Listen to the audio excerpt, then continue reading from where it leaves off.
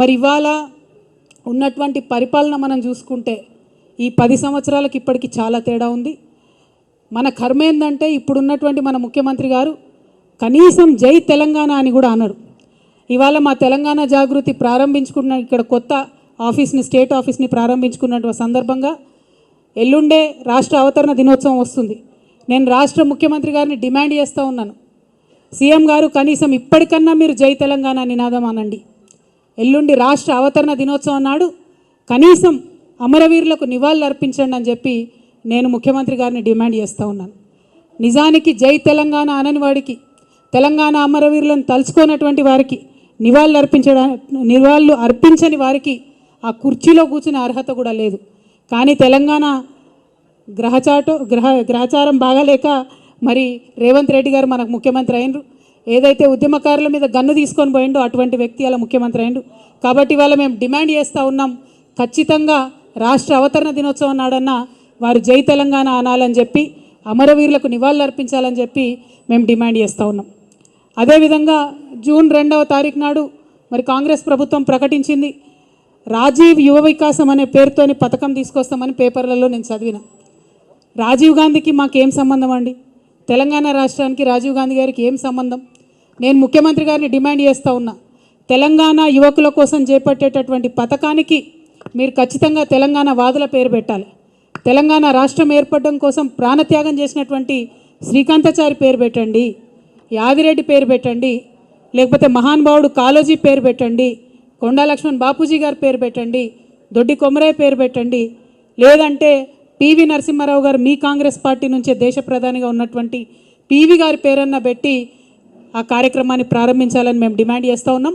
తెలంగాణ యువ వికాసం అనే పేరుతోని కార్యక్రమం ఉండాలి, కానీ రాజీవ్ యువ వికాసం అనే పేరుతోని కార్యక్రమం ఉండకూడదని, అది కూడా మీరు అవతరణ దినోత్సవం నాడు ప్రారంభిస్తున్నారు కాబట్టి మేము ఈ డిమాండ్ చేస్తూ ఉన్నాం. అదేవిధంగా తెలంగాణ రాష్ట్ర ఏర్పాటులో ఏమాత్రం భాగస్వామ్యం లేనటువంటి అనేక అంశాలను ముఖ్యమంత్రి గారు ప్రతిపాదిస్తున్నారు, కానీ తెలంగాణ రాష్ట్రం యొక్క నీళ్లు తరలించుకొని పోతూ ఉంటే మాట్లాడలేనటువంటి పరిస్థితి ముఖ్యమంత్రిది ఉన్నది.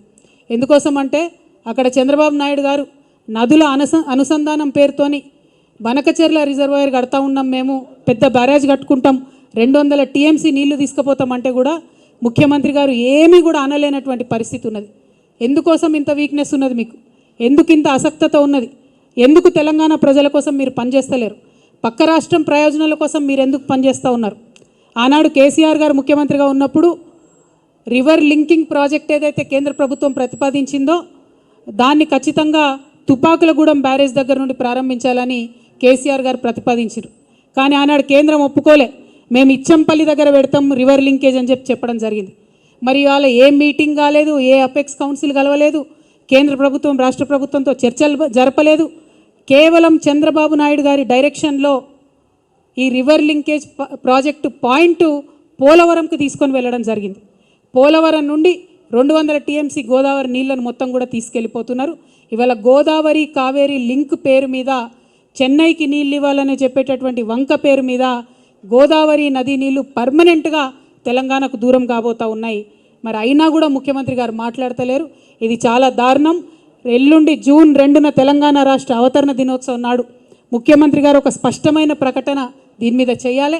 అపెక్స్ కమిటీ మీటింగ్ ఇమీడియట్గా పిలవాలని చెప్పి డిమాండ్ చేయాలి.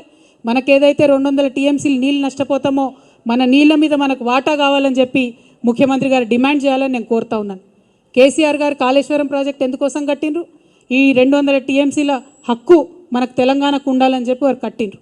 మరి ఇవాళ కేసీఆర్ గారు కాళేశ్వరం కట్టి 4 సంవత్సరాలుగా ప్రతి సంవత్సరం 20 లక్షల ఎకరాలకు నీళ్ళు ఇస్తుంటే మీరు చూసి ఓర్వలేక ఇవాళ కేసీఆర్ గారికి నోటీస్ ఇచ్చిరా? 1 కోటి ఎకరాల మాగాణం తెలంగాణ వేసినందుకు కేసీఆర్ గారికి ఇలా మీరు నోటీసులు ఇచ్చిండ్రా? రైతులకు రైతు బీమా పేరుతో ఆదుకున్నందుకు మీరు నోటీసులు ఇచ్చిండ్రా? రైతు బంధు పేరుతో ఆదుకున్నందుకు మీరు నోటీస్ ఇచ్చిండ్రా? కేసీఆర్ కిట్ ఇచ్చినందుకు నోటీస్ ఇచ్చిండ్రా? తెలంగాణ ప్రజలకు మేలు చేసినందుకు నోటీస్ ఇచ్చిరా? ఎందుకోసం నోటీస్ ఇచ్చిండ్రు? అది అసలు కాళేశ్వరం కమిషనా, కాంగ్రెస్ కమిషనా అని ముఖ్యమంత్రి గారు నేను ప్రశ్నిస్తూ ఉన్నాను. ప్రతి తెలంగాణ బిడ్డ కూడా బాధపడుతూ ఉన్నారు. తెలంగాణ జాతిపిత అయినటువంటి కేసీఆర్ గారి మీద మీరు ఇవాళ నోటీసులు ఇవ్వడం అంటే యావత్తు తెలంగాణకు నోటీసులు ఇచ్చినట్టే అని నేను భావిస్తూ ఉన్నాను. ఎందుకోసం ఈ మాట చెప్తా ఉన్నామంటే ఆ బక్కపల్సటి మనిషి ఒకసారి పిడికిలెత్తి బయలుదేరితేనే ఇవాళ తెలంగాణ రాష్ట్రం వచ్చింది. తెలంగాణ రాష్ట్రం వచ్చింది కాబట్టే మీరు ఇవాళ తెలంగాణ రాష్ట్రానికి ముఖ్యమంత్రిగా ఉన్నారు. అది మర్చిపోయి అటువంటి వ్యక్తికే మీరు ఇవాళ నోటీస్ ఇవ్వడం ఎందుకోసం ఇస్తూ ఉన్నారు? మొత్తం ఈ నోటీస్ ఏంది, ఈ కమిషన్ ఏంది, ఈ కథ ఏంది? తెలంగాణ జాగృతి సైనికులంతా కూడా యావత్ రాష్ట్రానికి జూన్ 4వ తారీఖు నాడు ఒక మహాధర్నా చేస్తాం. మేము ఆ ధర్నాలు అన్నీ కూడా వివరిస్తాం. మీ కుట్ర ఏంది, కాళేశ్వరం ఏంది, ఇవన్నీ కూడా వివరిస్తాం.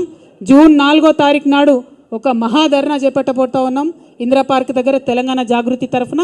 ఖచ్చితంగా అక్కడ మొత్తం కూడా మీరు ఎట్లా గుత్తేదారులకు వంతబాడుతున్నారు, ఎట్లా తెలంగాణ రైతాంగాన్ని ఎండబెడుతున్నారు, ఎందుకోసం కాళేశ్వరం ప్రాజెక్టు మీరు వాడతలేరు, ఎందుకు నిర్వీర్యం చేస్తున్నారు, ఈ అంశాలన్నీ కూడా తెలంగాణ ప్రజల ముందు బట్టబయలు చేస్తామని చెప్పి ఈ సందర్భంగా మేము తెలియజేస్తూ ఉన్నాం.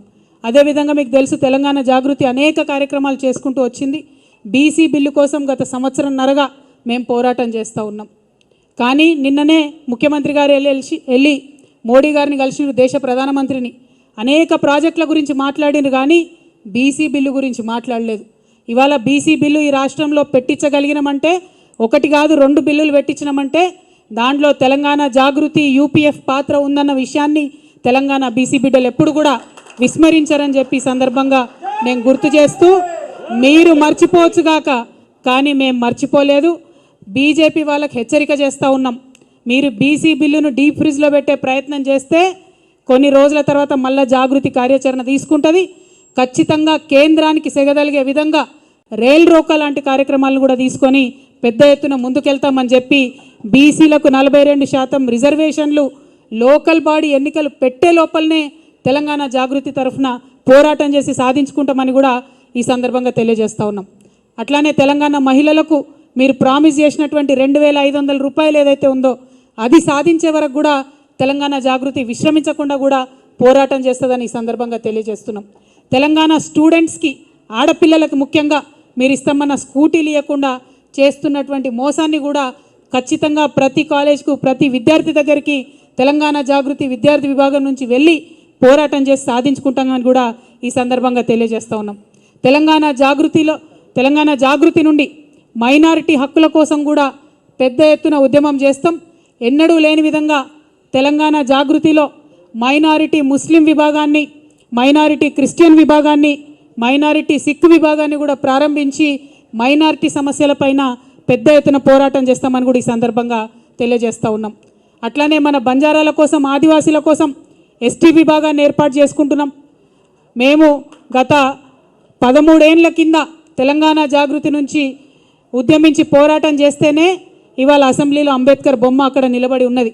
తెలంగాణ జాగృతికి దళిత బిడ్డలకు చాలా అవినాభావ సంబంధం ఉన్నది. అందుకే సపరేట్గా ఒక ఎస్సీ విభాగాన్ని కూడా ఏర్పాటు చేసి దళితులకు ఉండేటటువంటి సమస్యల మీద పోరాటం చేస్తామని ఈ సందర్భంగా నిర్ణయం తీసుకుంటా ఉన్నాం.